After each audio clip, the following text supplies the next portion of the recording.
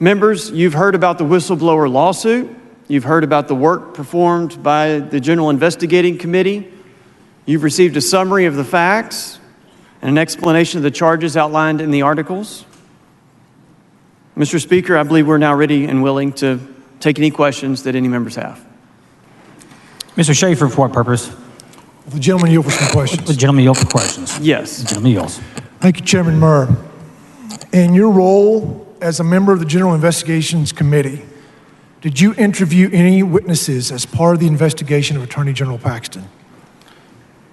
As you heard during our explanation, when we learned about the request for multi-million-dollar payment of settlement back in February, the General Investigating Committee undertook the efforts to hire highly qualified, experienced attorneys and investigators to perform those interviews for us and then report that information back to the committee. Did you interview any witnesses? As I explained, the folks that we hired to work for the committee did the interviewing. Did any member of the General Investigations Committee cross-examine a witness?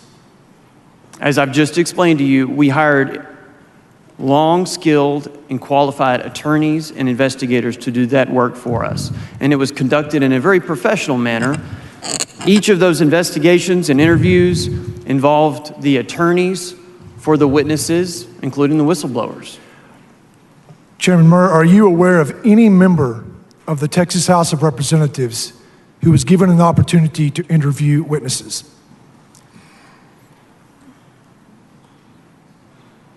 So I'm gonna answer that in a broad stroke because I understand that you're trying to make a point, but what I'll tell you is this originated with the request for $3.3 million, and that started back in February when we understood that a settlement agreement had been reached by parties in that litigation. I understand. I'll finish. At that time, Mr. Paxton and members from his office actually appeared before an appropriations subcommittee and requested payment of funds, but declined to answer questions as to what happened in the lawsuit. Chairman Murr, do you know whether any witnesses that spoke to the investigators hired by the committee were placed under oath? No witnesses were placed under oath, analogous to any investigation that you would have into criminal activity. Typically, you do not see law enforcement or investigators place a victim or a witness under oath. That occurrence occurs at a trial. And as you're well aware, and we issued a memo explaining the process of impeachment, this is not the body that does the fact-finding. The fact-finding occurs in the Senate, and the oath for any witness would occur there. Well, Chairman Murr, you said when you came up to the dais that you've heard the facts, and I would agree, we have not heard facts yet because no facts have been established. Are you aware of any transcripts or video recordings of witness interviews conducted under the auspices of the General Investigations Committee? Yes. Were those witness interviews, transcripts, or video recordings ever made available to the full membership of the Texas House of Representatives? Importantly, the transcript from the multi-hour presentation by our retained attorneys and investigators was made available on our committee website and published and printed for all the members of this body. Were there transcripts of the investigators interviewing witnesses? Recordings were made of each interview. Were those recordings made available to the membership of this body? No, those are part of the investigatory process of the General Investigating Committee. Chairman Murr, have the members of the full House been given the opportunity to ask questions to the persons hired by the General Investigations Committee to investigate Ken Paxton?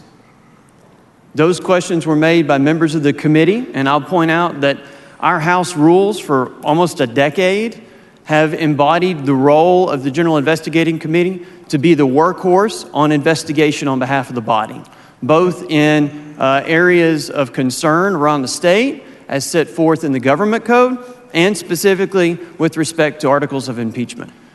Chairman Murr, will any member of the Texas House as part of this proceeding be able to ask questions to the persons who investigated Ken Paxton?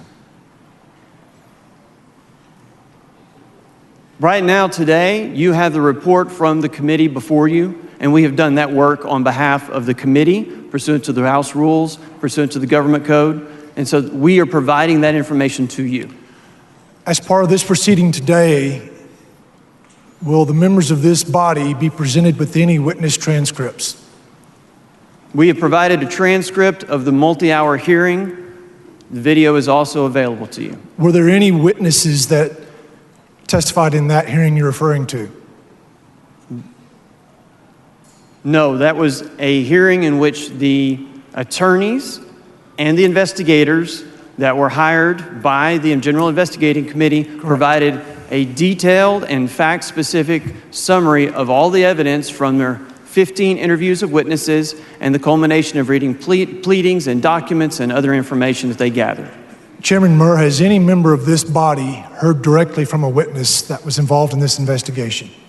I'm not advised of that because there's no restriction for any member here to reach out to any participant in the whistleblower allegations and the lawsuit. It's been going on literally for more than 2 years. So I'm not advised. Have you made any opportunity through the auspices of your committee for the witnesses to engage with the members?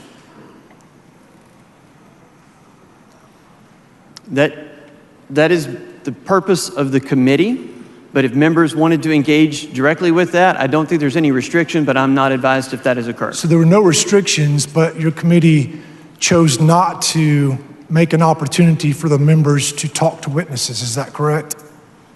Again, I will point out that the construction of the House rules for almost a decade, as well as the government code, establish investigating authority with the General Investigating Committee. And so that is the workhorse for your investigation purposes. But is it not correct to say that your committee could have made witnesses available for the membership to speak with and ask questions?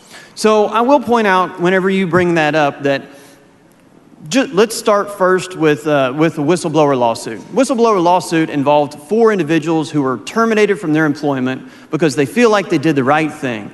They identified what they realized was criminal wrongdoing. They went to law enforcement and reported it. They reported that to HR to some extent, but were terminated, were fired from their jobs.